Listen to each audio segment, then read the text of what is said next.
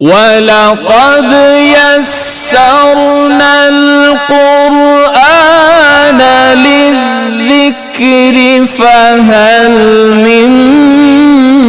مُّدَّكِرٍ اعوذ باللہ من الشیطان الرجیم بسم اللہ الرحمن الرحیم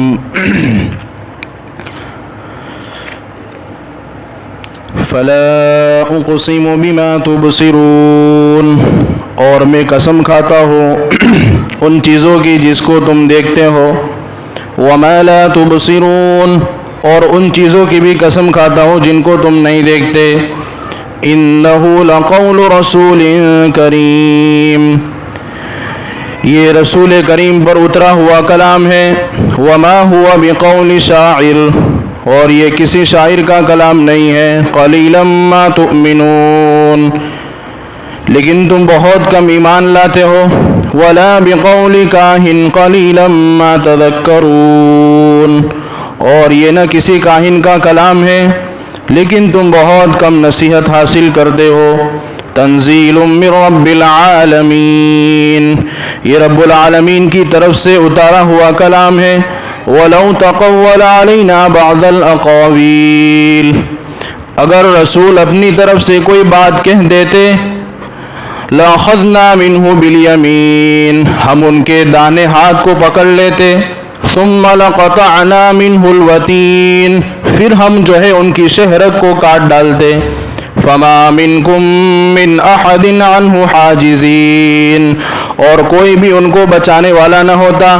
وَإِنَّهُ لَتَذْكِرَةٌ لِلْمُتَّقِينَ،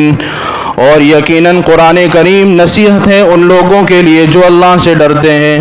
وَإِنَّا لَنَعْلَمُ أَنَّ مِنْكُمْ مُكَذِّبِينَ، اور یقیناً ہمیں معلوم ہے کہ تم میں بہت سے لوگ ایسے ہیں جو قرآن کریم کو جھٹلاتے ہیں۔ وَإِنَّهُ لَحَسْرَةٌ عَلَى الْكَافِرِينَ، اور یہی وہ کافر ہیں جو قرآن کریم کو جھٹلاتے ہیں، لیکن کل قیامت کے دن ان کے لیے حسرت کا باعث ہوگا۔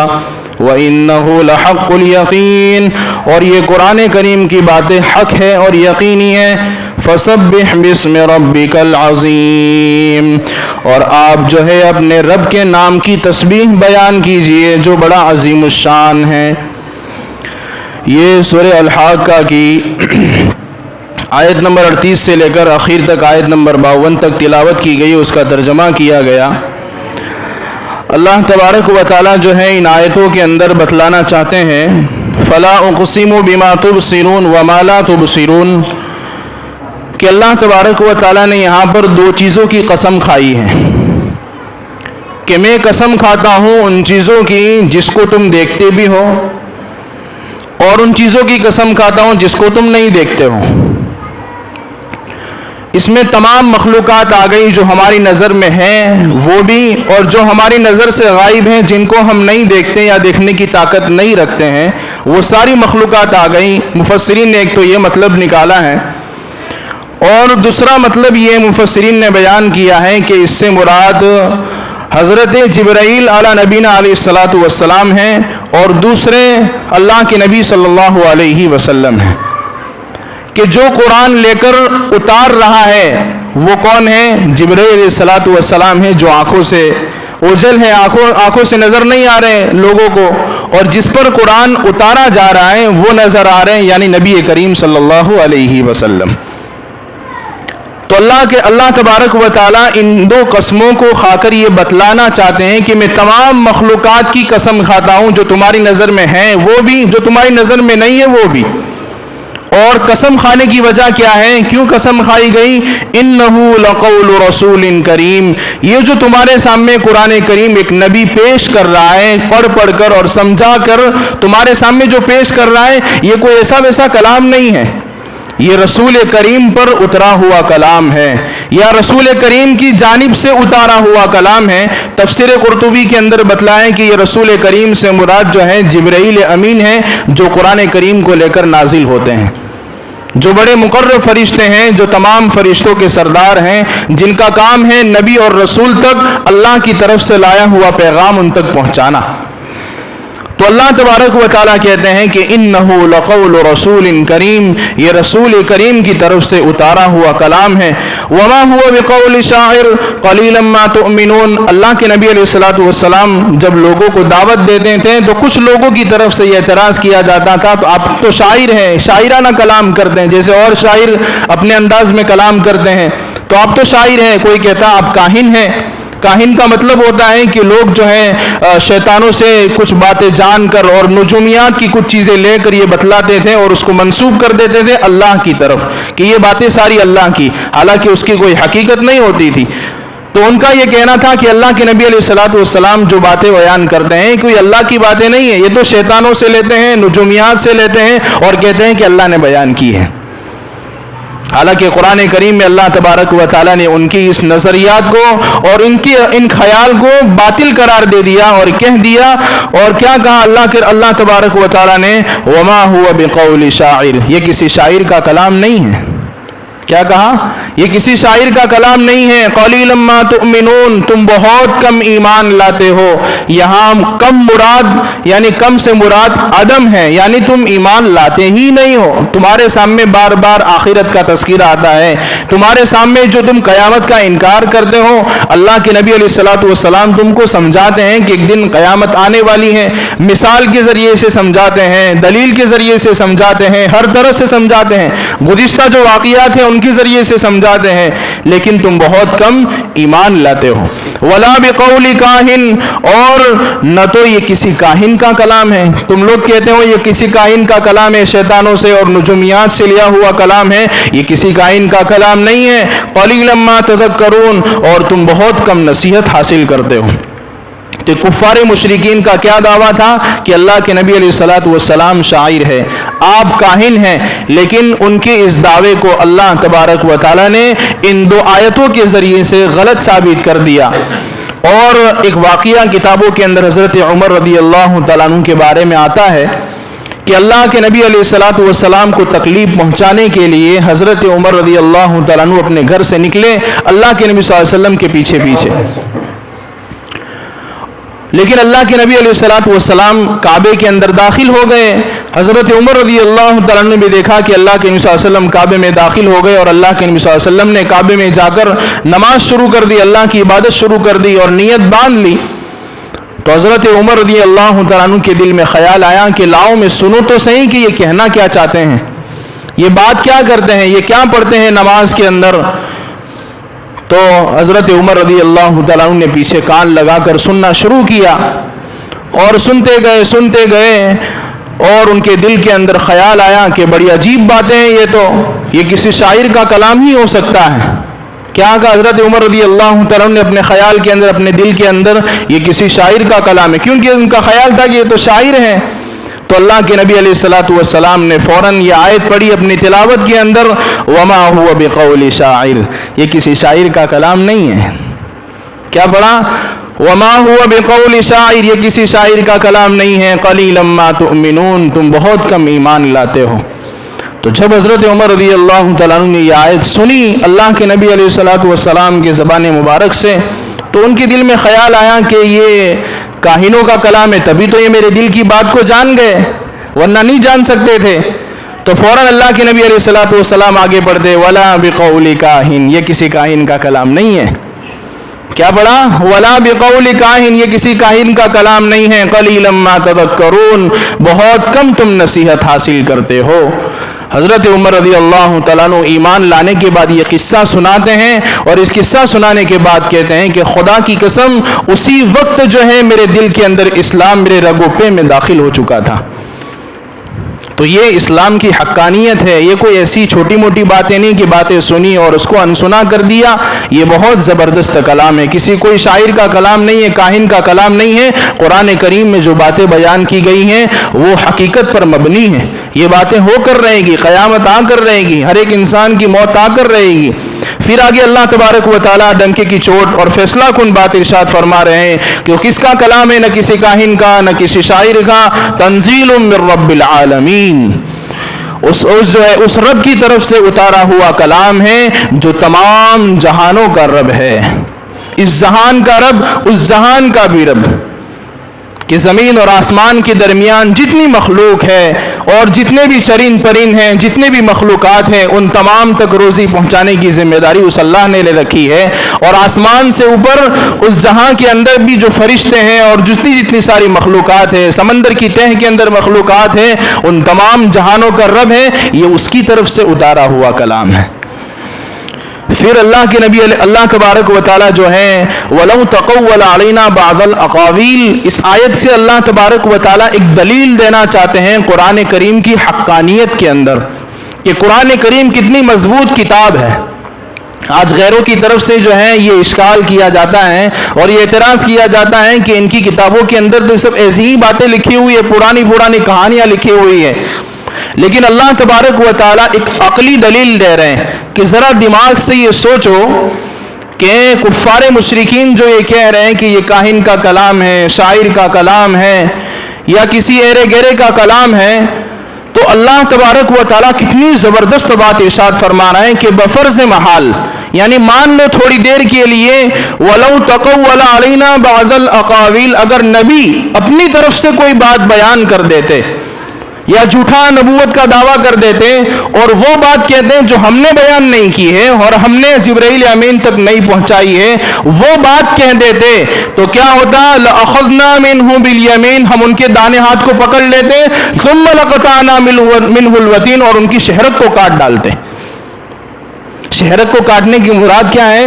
جو بدن کے اندر جو ایک رگ ہوتی ہے جو دل تک پہنچتی ہے، اگر اس کو کاٹ دیا جائے تو انسان مر جاتا ہے، وہ زندہ نہیں رہ سکتا، یعنی ہم ان کا قتل کر دے وے۔ یعنی بفرض محال یہ مان لو کہ تم کہتے ہو یہ شاعر کا کلام ہے، کاہن کا کلام ہے، ایسے ہی اس کے اندر کہانیاں بیان کی گئی ہیں اور جو ہے نبی اپنی طرف سے باتیں بیان کر رہے ہیں، تو اللہ کہتے ہیں کہ ہم خاموشی سے اس کو سنتے رہتے ہیں اور ہم یہ دیکھتے رہتے ہیں کہ یہ نبی جو ہے اللہ تبارک و تعالیٰ کی مخلوق کو گمراہ کر رہے ہیں، ہم اس پر پکڑ نہیں کرتے۔ ارے ہم اس پر پکڑ کر دیں، اور کتنی زبردست پکڑ کہ اس نبی کو ہی ختم کر دیتے، حالانکہ اللہ کے نبی علیہ الصلوۃ والسلام کی طرف یہ بات منسوب نہیں کی جا سکتی، لیکن بفرض محال مان لو اگر ایسا ہوتا تو ہم ایسا کرتے۔ تو پتہ چلا کہ یہ قرآن کریم بڑی مضبوط اور متعین کتاب ہے اور یقینی کتاب ہے کہ اس کتاب میں کہانیاں نہیں ہیں، اس کتاب میں حقیقی باتیں ہیں۔ اور یہ اسی وقت پتہ چلے گا کہ آنکھ بند ہونے کے بعد یہ کفار مشرکین جب اللہ کے سامنے کھڑے ہوں گے تو اپنی زبان سے ہی کہیں گے کہ کاش ہم ان نبی کی باتوں کو مان لیتے، ان کی باتوں کو سن لیتے ہیں کہ انہوں نے جو باتیں قرآن کریم میں بیان کی ہیں اور ہم تک جو باتیں پہنچائی وہ حقیقی باتیں تھی، کوئی ایسی کہانیاں نہیں تھی۔ تو پھر اللہ تبارک و تعالیٰ ارشاد فرماتے ہیں، آگے اللہ تبارک و تعالیٰ کیا ارشاد فرماتے ہیں؟ فَمَا مِنْكُم مِّنْ أَحَدٍ عَنْهُ حَاجِزِينَ، کہ ہم اس نبی کو جب قتل کر دیں تو تم میں سے کوئی ہوتا ہی نہیں کہ اس کو بچا سکتا، تم میں سے کسی کے اندر یہ طاقت نہ ہوتی کہ اس کو بچا لے وے۔ تو اللہ تبارک و تعالیٰ اتنی ڈنکے کی چوٹ قرآن کی یقین کو اور قرآن کی حقانیت کو ثابت کرنے کے لیے اتنی مضبوط دلیل، اور عقل سے آدمی سوچیں کہ کوئی آدمی غلط بیانی کرتا ہو اور جو ہے ایسے ہی باتیں بکواس کرتا ہو اور لوگ اس پر جو ہے جاننے والے خاموش بیٹھے رہیں، یہ ایسے ہو سکتا ہے؟ اور یہ تو قرآن کریم اللہ کا کلام ہے، حضرت جبرائیل علیہ الصلوۃ والسلام کے ذریعے سے اللہ کے نبی علیہ الصلوۃ والسلام پر اتارا ہوا کلام ہے، تو اللہ تبارک و تعالیٰ من گھڑت باتیں چلا لیتے نبی کے ذریعے سے؟ نہیں چلاتے۔ تو اس کا مطلب یہ ہے کہ یہ قرآن ایک حقانیت والی کتاب ہے، یقینی کتاب ہے، اس میں باتیں کہانیاں اور شاعرانہ اور کاہنانہ کلام نہیں ہے، بلکہ یہ چیزیں حقیقی معنی میں ہو کر رہے گی۔ وَإِنَّهُ لَتَذْكِرَةٌ لِّلْمُتَّقِينَ، اور یقیناً یہ قرآن کریم نصیحت ہے ان لوگوں کے لیے جو اللہ سے ڈرتے ہیں۔ اب اس میں مفسرین نے ایک نقطہ یہاں پر یہ بیان کیا ہے کہ صرف یہ قرآن کریم اللہ سے ڈرنے والوں کے لیے ہے، تو کیا غیروں کے سامنے اگر قرآن کی آیتیں پڑھی جائیں، ان کے سامنے قصے بیان کیے جائیں، پچھلی امتوں کے واقعات بیان کیے جائیں تو وہ نصیحت حاصل نہیں کریں گے؟ تو مفسرین نے نقطہ کے طور پر یہاں پر لکھا ہے کہ ایک اللہ سے ڈرنے والا آدمی جو قرآن پر عمل کرتا ہے اور اللہ کے نبی کی سنتوں پر عمل کرتا ہے، گناہوں سے اپنے آپ کو بچاتا ہے، اگر اس کے سامنے تم نصیحت کی بات رکھو گے، قرآن کی بات رکھو گے تو قبول کرے گا۔ کیوں؟ اس کا تعلق اللہ سے، اس کے دل کے اندر اللہ کا ڈر موجود ہے کہ جس کے دل کے اندر اللہ کا ڈر پہلے سے موجود ہو اور قرآن اس کے سامنے بیان کیا جائے، جب وہ نصیحت حاصل کر لے گا تو کیا جس کے پاس قرآن کی دعوت نہیں پہنچی ہے، جس کے پاس اللہ کی بات نہیں پہنچی ہے، تو کیا وہ قرآن کو نصیحت حاصل نہیں کر سکتا؟ ضرور وہ قرآن کریم کی نصیحت کو حاصل کرے گا، کیونکہ اس کے پاس قرآن کی جو ہے معلومات نہیں ہے، اس تک جو ہے نبی کی دعوت نہیں پہنچی ہے۔ ایک جو ہے غیر مانوس آدمی ہے، اس تک کوئی دین کی دعوت پہنچی ہی نہیں ہے، اور اس کے سامنے تم جا کر قرآن کی حقانیت بتاؤ، اس کے سامنے قرآن کے واقعات پیش کرو، تو ضرور جو ہے قرآن کریم کی جو ہے یہ معجزہ ہے کہ وہ قرآن کریم کو قبول کرے گا۔ حضرت عمر رضی اللہ تعالیٰ عنہ کا بھی واقعہ گزرا کہ انہوں نے جو ہے اس قرآن سے کتنا زبردست اثر لیا، حالانکہ جو ہے وہ بھی اس وقت تک ایمان نہیں لائے تھے، صرف قرآن سننے کی نیت سے آئے تھے، لیکن انہوں نے کتنا زبردست اثر لیا اور جو ہے اپنی زبان سے الفاظ نکالیں کہ اسی وقت سے میرے دل کے اندر اسلام کی محبت اور اسلام جو ہے میرے رگ و پے کے اندر اسی وقت سے داخل ہو چکا تھا۔ وَإِنَّا لَنَعْلَمُ أَنَّ مِنْكُمْ مُكَذِّبِينَ، اللہ کے نبی علیہ الصلوۃ والسلام کو مخاطب کر کے اللہ تبارک و تعالیٰ کہہ رہے ہیں کہ ہمیں معلوم ہے کہ کفار مشرکین جو ہیں تمہاری باتوں کو جھٹلاتے ہیں، قرآن کریم کو جھٹلاتے ہیں، آیتوں کو جھٹلاتے ہیں، ہمیں معلوم ہے۔ وَإِنَّهُ لَحَسْرَةٌ عَلَى الْكَافِرِينَ، چاہے دنیا کے اندر یہ لوگ تم کو برا کہیں، کاہن کہیں، شاعر کہیں، کچھ بھی کہیں کہ یہ ایسے ہی اللہ تبارک و تعالیٰ کی طرف سے رسول بنا کر بھیج دیے گئے ہیں، لیکن یہ ان کا جو ہے انکار کرنا یہ کل قیامت کے دن حسرت کا باعث ہوگا۔ کل قیامت کے دن کو جو ہے افسوس کرنا پڑے گا کہ کاش ہم اس نبی کی بات کو مان لیتے، یعنی قرآن کی نصیحتوں پر عمل کر لیتے، تو یہی قرآن جو ہے کل قیامت کی ان کفار مشرکین کے لیے کیا ہوگا؟ حسرت کا باعث ہوگا، افسوس کا باعث ہوگا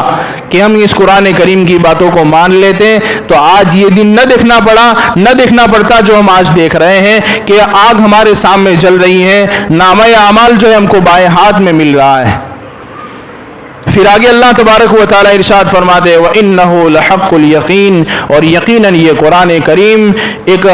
جو ہے حق بات ہے، یقینی بات ہے۔ فَسَبِّحْ بِاسْمِ رَبِّكَ الْعَظِيمِ، اور آپ جو ہے اپنے رب کے نام کی تسبیح بیان کیا کیجئے جو بڑی عظمت والا ہے، بڑے اونچے مرتبے والا ہے۔ اب اللہ تبارک و تعالیٰ نے اللہ کے نبی علیہ الصلوۃ والسلام کو جو ہے خطاب کر کے کہہ رہے ہیں کہ آپ جو ہے ان کی باتوں کی طرف توجہ نہ دیں، دل جو ہے غم کے اندر نہ ڈالے، آپ اتنا سارا سوچیے مت، آپ کا کام دعوت دینا ہے اور ان کے لیے دعا کرنا ہے،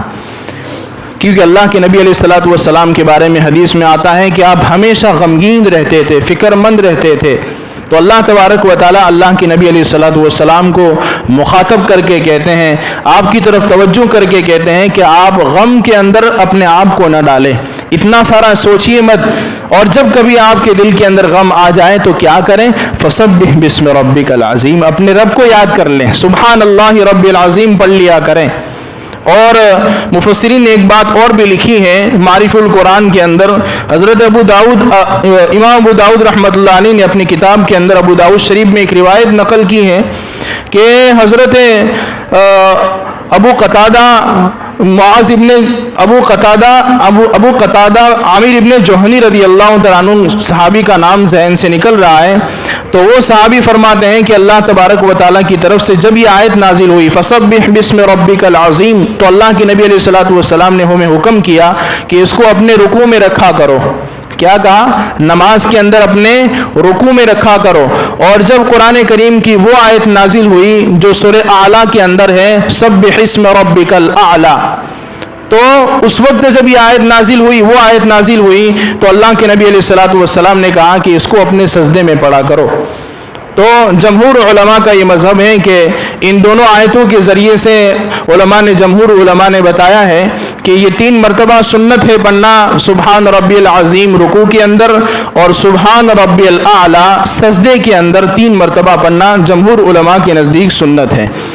تو اس کے ذریعے ایک اور سبق ہمیں یہ بھی ملتا ہے کہ جب ہم کبھی دین کی دعوت کو لے کر اٹھتے ہیں تو ہمارے سامنے بھی ایسے واقعات آتے ہیں، ہمارے سامنے بھی ایسی باتیں آتی ہیں کہ لوگ ہمیں برا بھلا کہتے ہیں اور جو ہے ہمیں تانا دیتے ہیں، تانا تشنی کرتے ہیں اور نہ جانے کیسے کیسے الفاظ کہتے ہیں، اور آدمی جو ہے اپنی ساری قربانیاں لے کر نکلا ہوتا ہے اللہ کے راستے کے اندر، تو جب یہ چیزیں آتی ہیں تو اس کا دل بھی غم کے اندر چلا جاتا ہے، وہ مغموم ہو جاتا ہے کہ میں اتنی ساری قربانیاں دے کر آیا ہوں، پھر بھی مجھے باتیں سننی پڑ رہی ہیں۔ تو ہمیں بھی عمل کرنا چاہیے کہ فوراً اللہ کے ذکر کو لازم پکڑ لینا چاہیے کہ اللہ کے ذکر سے دلوں کو سکون ملتا ہے۔ اور قرآن کریم میں اللہ نے صاف طور پر ارشاد فرمایا کہ سنو، اللہ کے ذکر سے دلوں کو اطمینان ملتا ہے۔ تو غم کی بات کے اندر، فکر ٹینشن کے اندر ایک یہ عمل بھی بتایا گیا کہ آدمی جب کوئی بہت زیادہ ٹینشن کے اندر ہو، بہت زیادہ کسی چیز کا غم ہو، تو وہ اللہ کا ذکر کر لیا کرے، اس کا دل جو ہے اطمینان میں آ جائے گا۔ اللہ تبارک و تعالیٰ جو ہے اس صورت کے اندر جو چیزیں بیان کی گئی، قوم عاد، قوم سمود کا ذکر ہوا، اور اسی طرح نامہ اعمال کا داہنے اور بائیں ہاتھ میں ملنا ذکر ہوا، اور قیامت کا ذکر ہوا، اور اسی طرح جنت کی نعمتوں کا بھی ذکر ہوا، اور یہ ساری چیزیں جو بیان کی گئی، اللہ تبارک و تعالیٰ سے دعا ہے کہ اللہ تبارک و تعالیٰ یہ ساری چیزیں ہمیں اپنی زندگی کے اندر اتارنے کی کوشش کرنے کی توفیق عطا فرمائے اور اس پر عمل کرنے کی توفیق عطا فرمائے۔